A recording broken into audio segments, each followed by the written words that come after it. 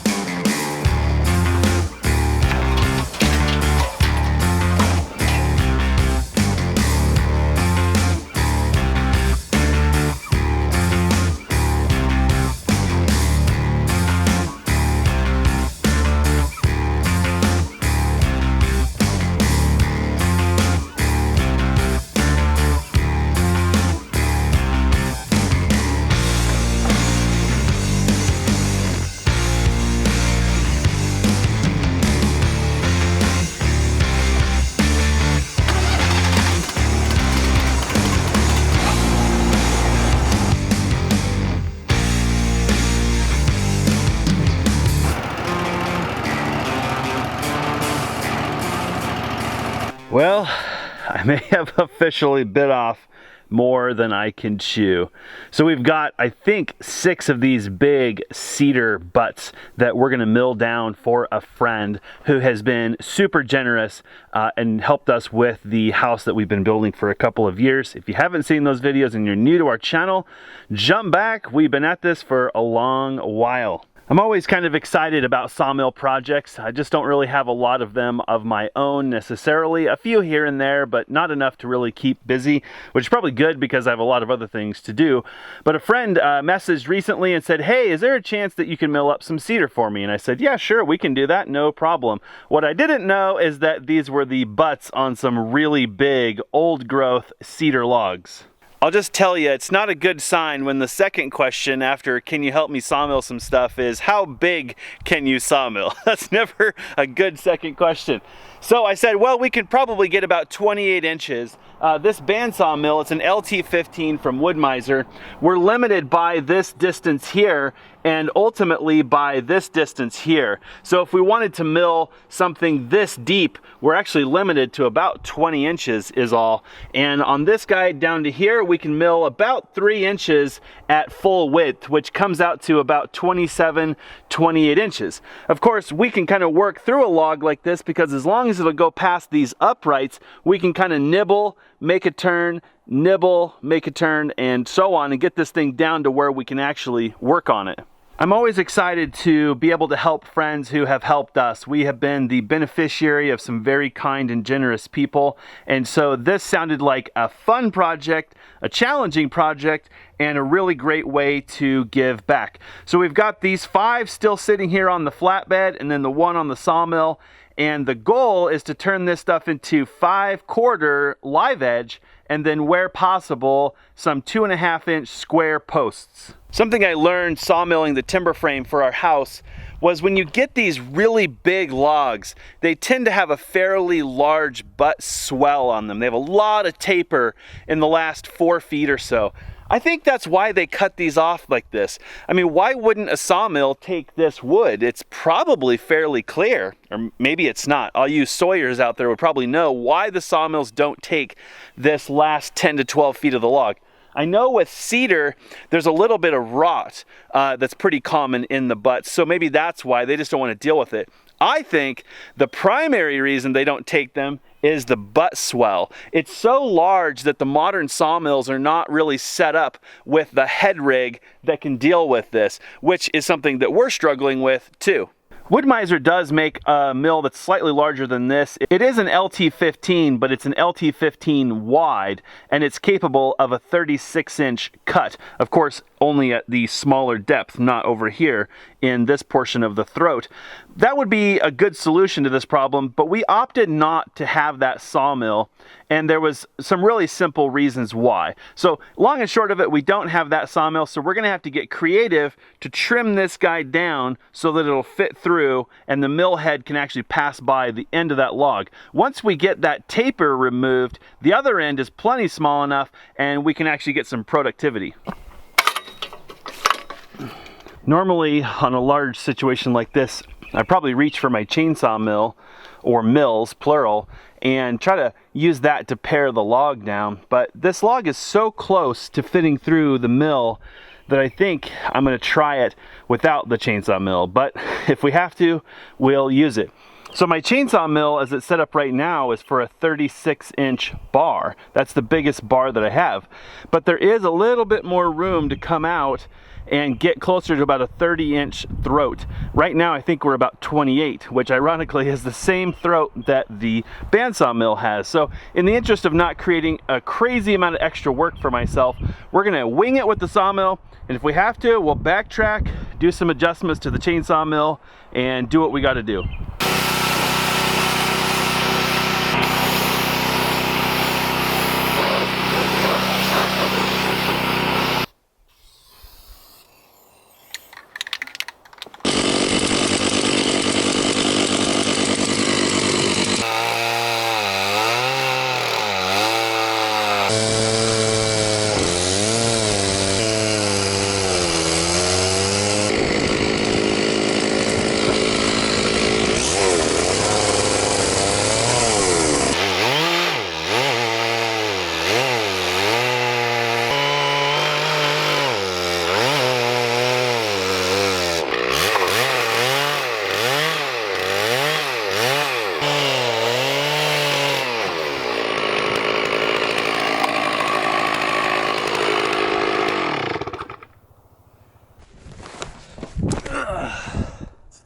Well, she ain't pretty, but I think that's gonna go through the sawmill just fine.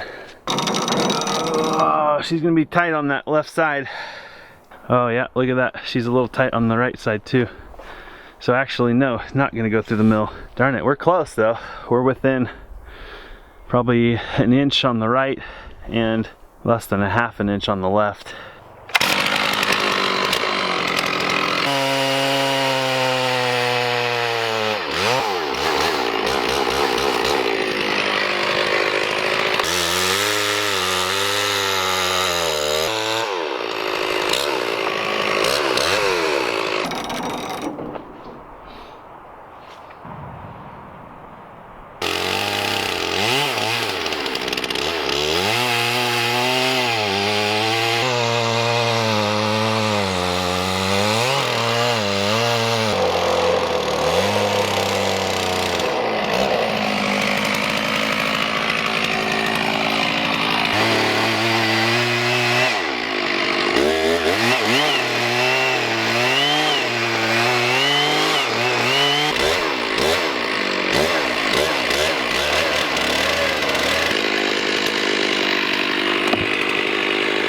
All right, we're trimmed for size in theory.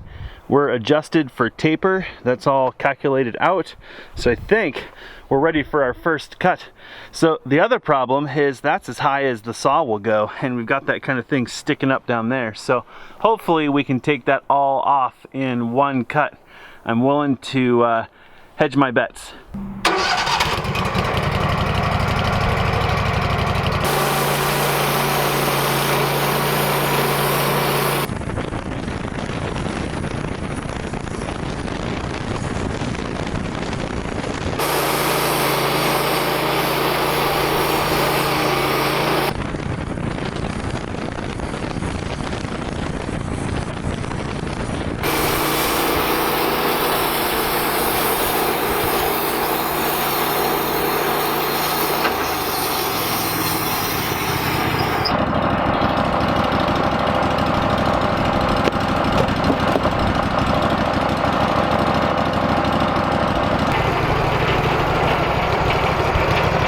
Well, we survived that cut. So this wedge was stuck out just far enough that the sawmill couldn't get by.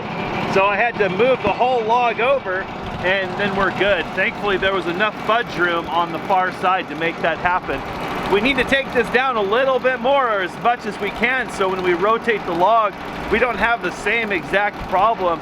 And it looks to me like there's probably a good 5/4 live edge board in here, so let's take at least one, maybe two boards off of there, as long as there's enough room on the throat, and that'll give us a head start. I think if we can get past there, we are home free on this log.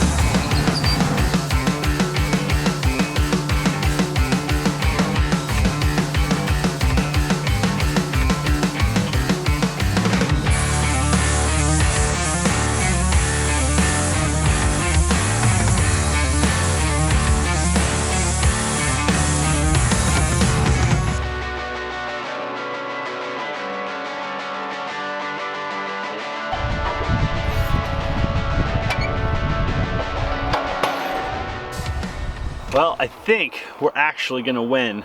The only thing I didn't really see coming is how wide the live edge is going to be.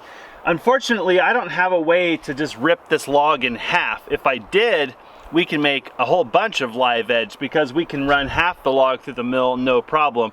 But as it is, we're maxed out. So I've decided what I'm gonna do is 3-side this log. So it's gonna have a square edge, and a square edge. And then we're basically just gonna sawmill the boards out of this live edge. The problem is that top side, we had to run the chainsaw on that to get it through the mill. So we pretty much removed half of the live edge. So the only good live edge we have left is this side. I'm sure there's a better way to be doing this stuff, but there's definitely a learning curve to doing big log live edge. I guess that would basically be a slab, wouldn't it? I thought about trying to basically slab this log as best I could and then run the boards through and rip those in half. That would work, except we just don't have the ability to keep the edge on this log and make it small enough to run through the sawmill. So I'm kind of learning right now that doing live edge on monster logs with a fairly small saw doesn't really work. The only way that would work is if we could just chop that guy in half and then we can make a whole bunch of live edge stuff. So I'm guessing live edge for me might be more of a smaller log product than these gigantic logs, which are probably better for posts and things like that. The other option we have is if we end up 3-siding this log, we could rotate it on its back and take a cut off of it and then use this good 3-sided portion for posts, and then we'd have just maybe half of the log there that we could use for live edge boards. That way we're not getting these humongous 24-inch wide boards. I think what we're gonna do is we're gonna take this side off because the top is really no good, and then we're gonna turn this log on its back, and we're gonna take about maybe 15, yeah, we'll go like maybe 16 inches out of here. That'll give us about a 14 and a 16 on the live edge side, and then we'll take a piece off the bottom here and we'll turn this piece, which will end up being square, into posts, and that'll give us a nice chunk to make some good, nice live edge boards. And I think that'll turn out nice. It's a lot of work. I think they call that custom sawing, and if I was doing this for money, I'd probably be losing my shirt.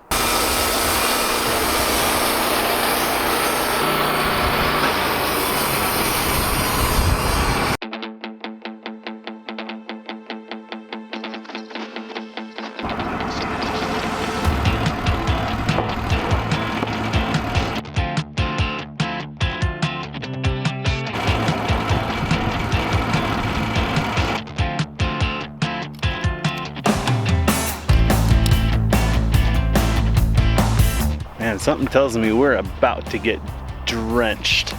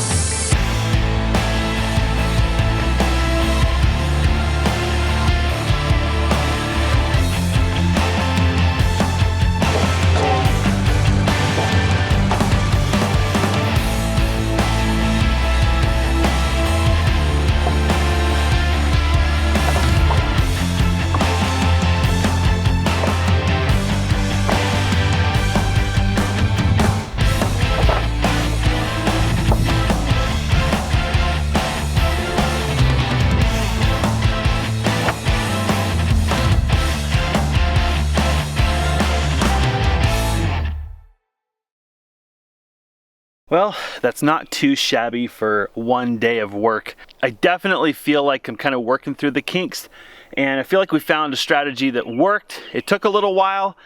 I would definitely say this falls under the category of custom sawing, and it's a tremendous amount of work kind of figuring out how to get the product and how to work with the log. And there's definitely some issues with the size of the sawmill and these size of logs. So I totally get why sawmills steer clear of this stuff. I'm not really sure what the value of something like this would be. Obviously I don't saw for a living, but you sawyers out there probably have some inkling, and I'll definitely put it out there, I'm not a professional sawyer, so don't follow my example. I don't know if I'm doing this right. Obviously this stuff is flat sawn, so some of these boards are probably going to have a high propensity to cup, but I can't even imagine trying to quarter saw and do live edge. I don't even know how to do that. That's like beyond my ability. Maybe someday I'll be able to learn. At this point, I would say it's a very safe bet that this log and that log are not going through our sawmill. The narrow ends are 28 inches, and that's absolute maximum on the saw. And this side over here is pushing 32 or something like that. I think we may have to do something exciting, like get the chainsaw mill out and do some surgery to these logs to get them to where we can run them through the bandsaw mill. Some of you watching might be asking yourself, well, it doesn't even make sense to run the bandsaw mill if you've already got the chainsaw mill out. Why not just make lumber with that, right? Save yourself effort. And the straight answer is chainsaw mills are horrible for lumber. It has a 1/2 inch kerf. There's a phenomenal amount of waste and sawdust and work. It is crazy how much work chainsaw mill is when you have access to the bandsaw mill. We did do a video comparing the two. If you haven't seen that, give it a watch. We kind of share the things we've learned, and if you're looking at purchasing one, it'll be a great tutorial. I'm definitely done for the evening. I feel like it's been a really great day. I'm glad I tackled this project. It's kind of out of my experience, and I'm having to work really hard mentally to kind of figure out how to do this stuff. But I am happy that I can kind of take a random, difficult, challenging log, and we can still make something out of it, which makes me really proud. So 5 more logs to go. So stay tuned. We're going to be working on those till they're all done, and this stuff's all back on the flatbed, ready to go to its new home.